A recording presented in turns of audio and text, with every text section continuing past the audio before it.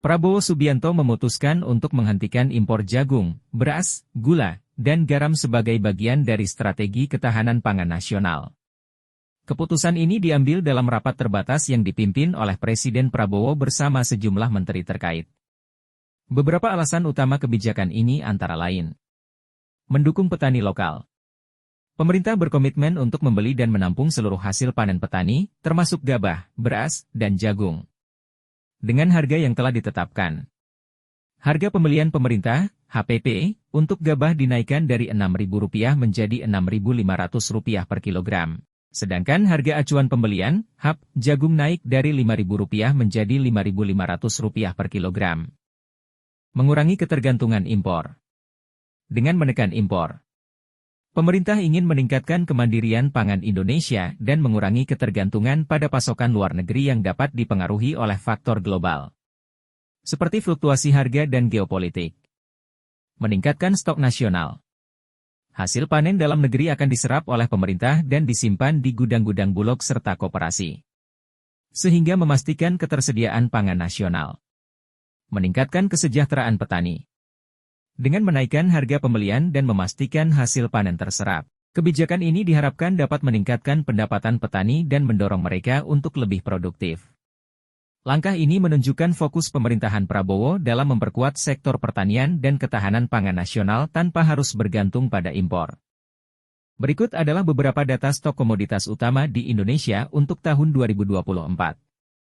Beras, impor hingga September 2024 mencapai 3,2 juta ton. Pemerintah menargetkan produksi beras tahun 2025 mencapai 32 juta ton, naik 1 juta ton dari 2024.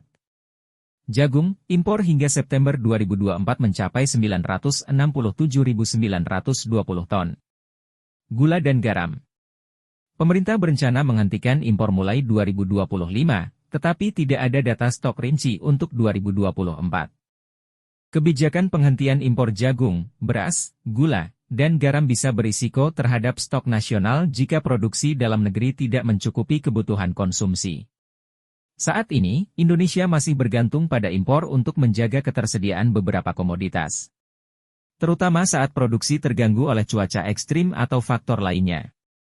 Jika produksi nasional bisa ditingkatkan melalui kebijakan yang tepat, seperti peningkatan produktivitas petani, diversifikasi sumber pangan, dan efisiensi distribusi, maka risiko kekurangan stok bisa diminimalkan. Namun, kebijakan ini tetap perlu diimbangi dengan cadangan yang cukup.